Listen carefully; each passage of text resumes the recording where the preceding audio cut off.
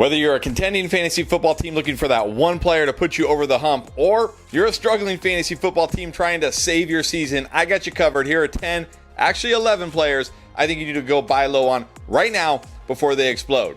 Whether you're looking for that one guy to take your team from good to great, or you're looking for that guy who can save your season right now and start helping you bank some wins, I got you covered. And of course, I'm not just going to tell you who to buy low on and why you should buy low on them. I'm also going to give you examples of players that are being valued similarly to these guys that I'd be willing to trade away to go get them. But of course, real quick before I jump into it, if you've been enjoying any of the content we put out for you this fantasy football season, we ask one big favor. Hit that subscribe button if you haven't already. We're on the road to 100,000 subscribers. We'd love to get there by the end of the season. Help make it happen for us. All right, let's start with some stud players. I got two potential stud running backs I think you need to go buy low for right now, and that is Derrick Henry, Quinshon Judkins. Let's start with Derrick Henry. There's two reasons why I really think you need to go buy low on Derrick Henry right now. Number one, he's on a bye this week. This is always a good time to buy low on players because the person with Derrick Henry is struggling right now to just stay afloat, trying to make the playoffs. They need guys who can help them get fantasy points this week. Also, Derrick Henry has not had a great fantasy season so far, which already makes him a buy low. But look at Derrick Henry himself. He has not been bad. In fact, he's been great this year. He currently sits 8th among all running backs in yards per carry, ahead of guys like Bijan Robinson, Omarion Hampton, Kenneth Walker. He also has a 5.7% explosive run rate, better than guys like Travis Etienne, Jonathan Taylor, Javonte Williams, just to name a few.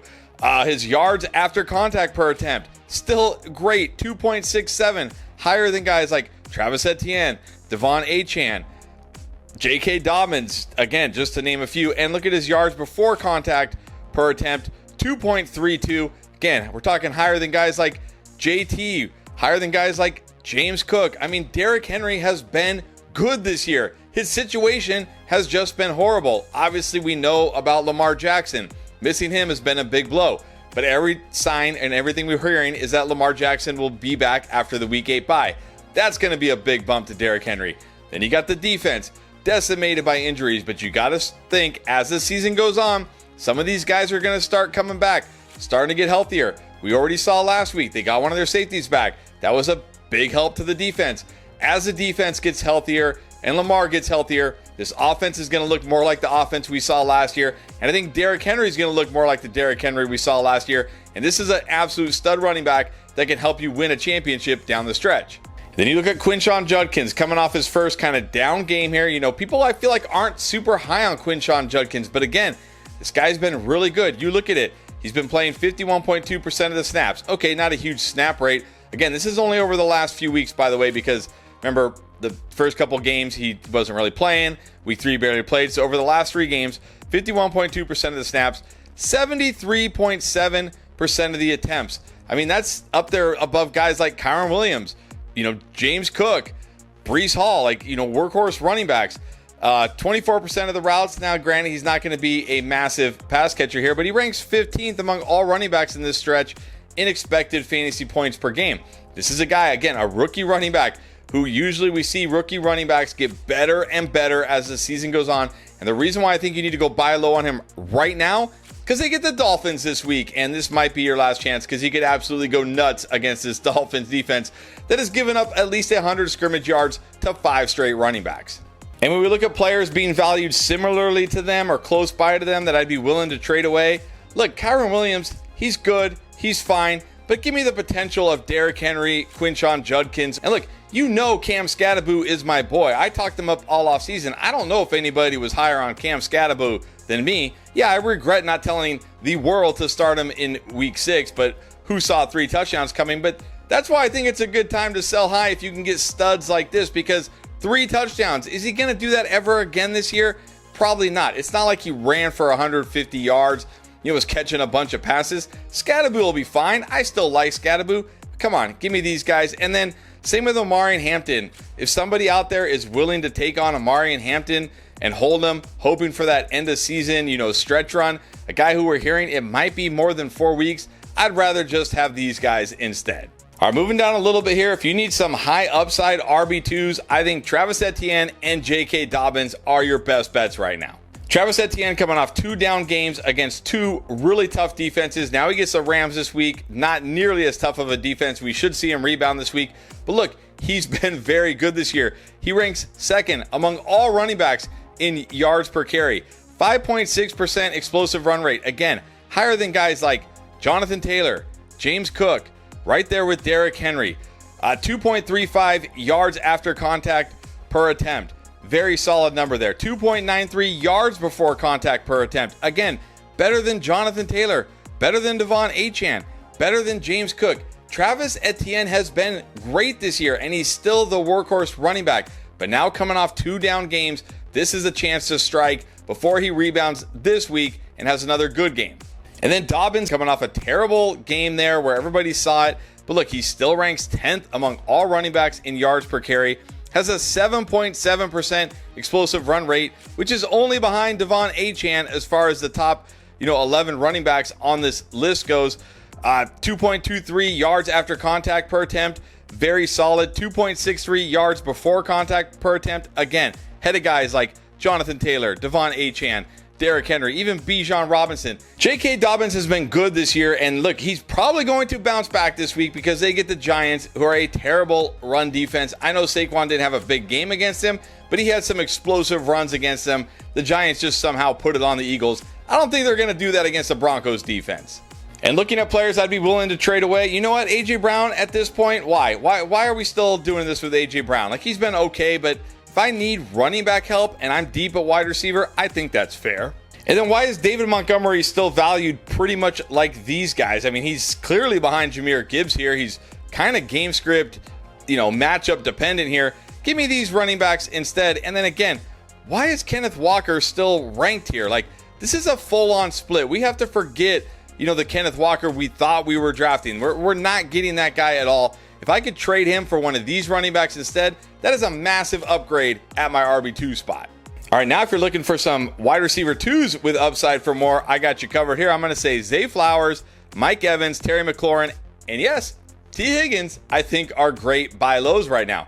Let's start with Mike Evans and Terry McLaurin because there's no really need to go over the stats here. These guys are hurt, but they both could be coming back soon. We're already hearing Mike Evans might start practicing this week, has a chance to play. And if he does, he's going to be entering an offense with Baker Mayfield, who's absolutely cooking right now, and no Emeka Egbuka and no Chris Godwin. This guy could just go right back to being a top 10 wide receiver this week if he's able to play.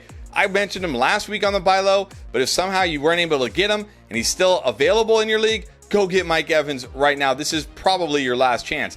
And then Terry McLaurin, again, same thing. Remember, he didn't go on IR. He's missed 3 games. We could see him back this week. And if we do, he gets the Cowboys. This is a fantastic spot. Again, another wide receiver who can help you down the stretch, help your fantasy team. And people have just given up on these guys because they haven't played in multiple weeks. Go take a shot on these guys. And then Zay Flowers for kind of the similar reasons I said about Derrick Henry. Look, yes, Lamar Jackson hasn't been there the last couple weeks. It's been Cooper Rush. It's been terrible. Now the bye week. Maybe people are panicking. Maybe people need somebody this week who can help them in fantasy. But look at what Zay Flowers did in those first 4 games with Lamar Jackson. In those games, he was 24th in expected fantasy points among all wide receivers. He had a 31.6% air yard share. That is a very strong number. 30 targets in 4 games. So we're talking over 7 targets a game. 0.25 targets per route run. Very solid. 31.5% first read percentage. I mean, that's right there with guys like Justin Jefferson and Nico Collins. Look, Zay Flowers is going to be a little bit volatile in this Ravens offense, but with a healthy Lamar Jackson, this guy is a solid wide receiver 2 with huge weekly upside. Go get him right now if you can. And then I mentioned T. Higgins. You got to be feeling pretty good about what we saw from Joe Flacco. Look, if nothing else, he pretty much just targeted Jamar Chase and T. Higgins the most here. I mean, we look at it.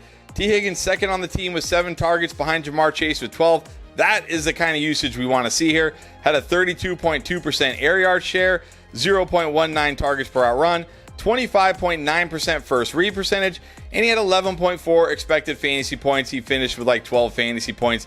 This is what we want to see. We want to see Jamar Chase and T. Higgins be the focal point of this offense. Now, it's going to be a rocky road here because it's still Joe Flacco. There's going to be weeks where it's like, Then there's going to be weeks where it's great. That's kind of how it's always been with T. Higgins. And right now, not being valued like he should be in fantasy based on what I saw in week 6. And when we look at players either being valued similarly to these guys or above these guys that I would trade away, Alvin Kamara. Why does Alvin Kamara still have this much value? He's splitting with Kendre Miller. Hasn't even really been that good this year. Look, Chuba Hubbard, I liked him earlier in this year as a buy low, but after what we've seen from Rico Dowdle the last 2 weeks, we got to be getting a little bit nervous about what's going to happen when he comes back. And Jaylen Warren, this guy was looking like the workhorse in Pittsburgh, and then this week we see Kenneth Gainwell get 4 more catches than him, only 5 less carries. It's looking like a split there. And look, Jordan Mason, I like Jordan Mason, but come on, Aaron Jones is coming back soon. He's just been okay. Let's go get these guys instead. And look, Keenan Allen starting to trend the wrong way here, right? Less snaps, less targets, less routes. I think if you can get rid of Keenan Allen right now and get one of these wide receivers, I would just take one of them instead. And then finally, a couple guys, if you're looking for, I don't want to necessarily call them bench stashes, but like guys who are starting to trend in the right direction, who aren't being valued very high and could absolutely get better and better as the season goes on.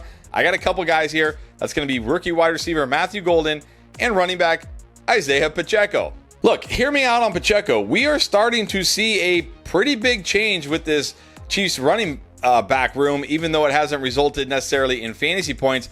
You look at it over the last 2 games, Isaiah Pacheco has played the 13th highest percentage of snaps of all running backs, ahead of guys like Ashton Jeanty, Breece Hall, Travis Etienne, even Jahmyr Gibbs.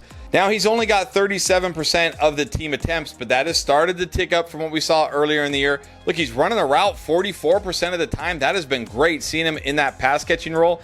And he has 10.1 expected fantasy points over those 2 games. Okay, 10.1 fantasy points is not great, but again, he's trending in the right direction. This Chiefs offense looks great the last couple of weeks. Now they're getting Rashee Rice back. I really think this is an offense you want to get exposure to, and maybe Isaiah Pacheco is going to be one of these guys who starts off extremely slow and comes on as the season goes on. Maybe he's getting healthier. I don't know, but I think it's worth the risk right now because his value is still so low. And then coming out of the Packers week 5 bye, we kind of saw that rookie bump for Matthew Golden. Look, 38.9% air yard share, tied with Romeo Doubs. Second on the team in targets with 5, only 4 less than Doubs. 0.25 targets per route run. That's great. 21.1% first read percentage. That is a pretty good number. Now, of course, the expected fantasy points not super high, just 7 expected fantasy points this week. But again, this is a rookie. He's probably going to get better and better as the season goes on. So if you're looking for a player, maybe you already have a strong fantasy team and you're looking for somebody you can get, not going to take a lot to get them, but potentially could get better and better as the year goes on and be one of those guys that helps you when it matters most, I'd really like going out and trying to get Matthew Golden right now. And like I said, it's not going to take a whole lot to get these guys right now. I mean, RJ Harvey, Ramondre Stevenson, why are these guys still valued like this in fantasy? I just don't get it. Zach Charbonnet, I mean, okay, maybe he gets touchdowns, but that's pretty much it here. Chris Godwin, look, having a setback with an injury, is someone still willing to take Chris Godwin? Sure, have him. Jawan Jennings has 5 broken ribs right now.